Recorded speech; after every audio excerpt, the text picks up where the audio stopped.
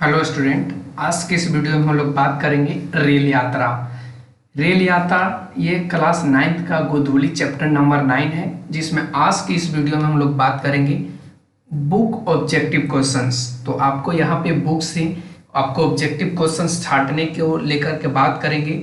तो आप लोग शुरू से लेकर अंत तक बनिए, और भी आपको इस चैप्टर के लिंक आपको मिल जाएंगे इस आई बटन पे।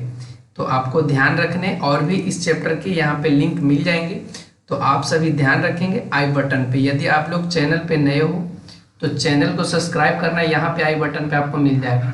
चैनल को सब्सक्राइब कर लेना है, वीडियो अच्छा लगे तो लाइक करना है, कमेंट सेक्शन में अपना सुझाव जरूर देना है। तो चलिए आज बात कर लेते हैं रेल यात्रा के महत्वपूर्ण क्वेश्चंस का। तो सबसे पहले हम लोग जान लेते हैं लेखक के बारे में। तो रेल यात्रा के जो लेखक हैं उनका नाम है शरद जोशी। तो आइए पहले इन्हीं से शुरुआत कर लेते हैं। तो शरद जोशी का जो जन्म होता है वो मध्य प्रदेश के उज्जैन शहर में होता है, और इनका जन्म 21 मई 1931 को मतलब हुआ था। इनके बचपन कई शहरों में बीता है। कुछ समय तक इन्होंने सरकारी नौकरी भी किया है, और उसके बाद इन्होंने लिखने का काम शुरू कर दिया है, ठीक है ना। और ये अपने आजीविका के रूप में लिखने का कार्य को स्टार्ट किया था। इन्होंने आरंभिक समय में कुछ कहानियां भी लिखी हैं, फिर पूरी तरह इन्होंने व्यंग लिखने का भी कार्य करने लगे। इन्होंने व्यंग लेख, व्यंग उपन्यास, व्यंग कॉलम के अतिरिक्त हास्यपूर्ण, व्यंगपूर्ण धारावाहिकों की पटकथाएं और संवाद भी लिखे। देखिए, बहुत से बच्चों को ये नहीं समझ में आ रहा है कि व्यंग क्या होता है। तो सबसे पहले आपको हम यहाँ पे बताना चाहेंगे कि ये जो आपका होता है शब्द निधि, तो ये शब्द निधि जरूर देखें, ठीक है ना। लेकिन यहाँ पे आपको व्यंग की बात कर रहा है। तो व्यंग का मतलब होता है, मतलब व्यंग बोलने ही से पता चल रहा है किसी के ऊपर हास्य उड़ाना, किसी के ऊपर उसका उपहास करना। तो यहाँ पे देख सकते हैं। तो इसी पर इन्होंने बहुत से कहानियाँ भी लिखे हैं, लेख भी लिखे हैं, उपन्यास भी लिखे हैं, और इसके अतिरिक्त इन्होंने पटकथाएं और संवाद भी लिखे हैं। हिंदी व्यंग को प्रतिष्ठा दिलाने वाले प्रमुख व्यंगकारों में शरद जोशी भी एक हैं, और इनका जो निधन होता है वो 1991 में इनकी मृत्यु हो जाती है।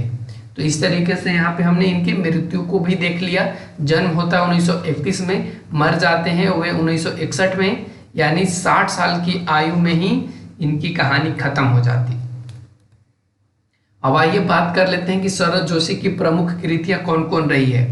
तो सबसे पहले आप लोग नोट करते हुए चलेंगे कि इनकी जो कृतियां रही हैं व्यंग में, वो परिक्रमा रही है, किसी बहाने, जीप पर सवार इल्लियां, फिर उसके बाद इन्होंने तिलस में भी लिखा है, जिसमें राह किनारे बैठ, दूसरी सतह, प्रतिदिन। इन्होंने 2 व्यंग नाटक भी लिखे हैं, अंधों का हाथी, और एक इन्होंने लिखा था एक था गधा। ये इनके व्यंग नाटक हैं।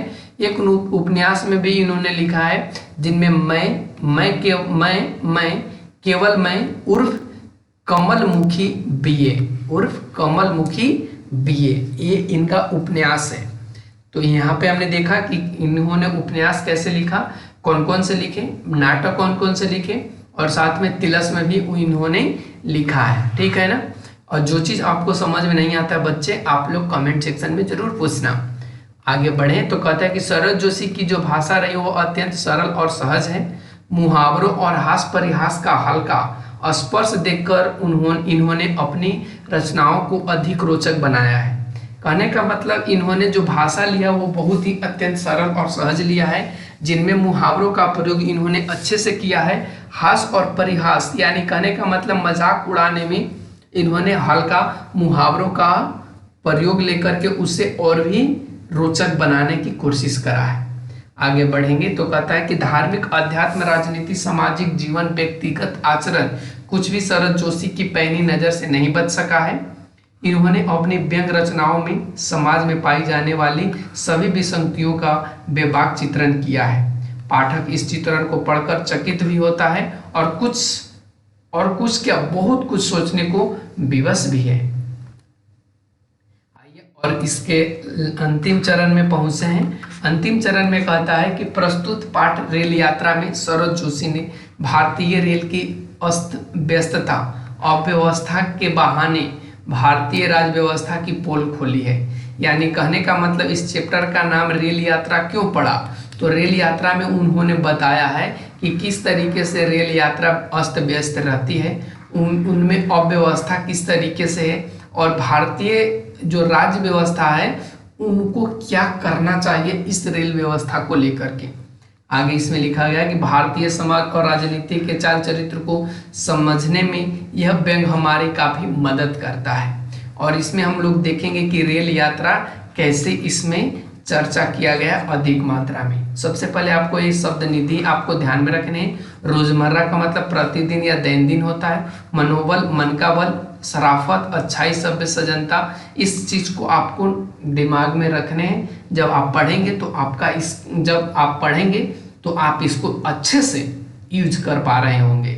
तो आज के लिए बस हम लोग इतना ही पे बात करते हैं। इनमें से आपको जो उचित लगा आप उसको ऑब्जेक्टिव क्वेश्चंस के रूप में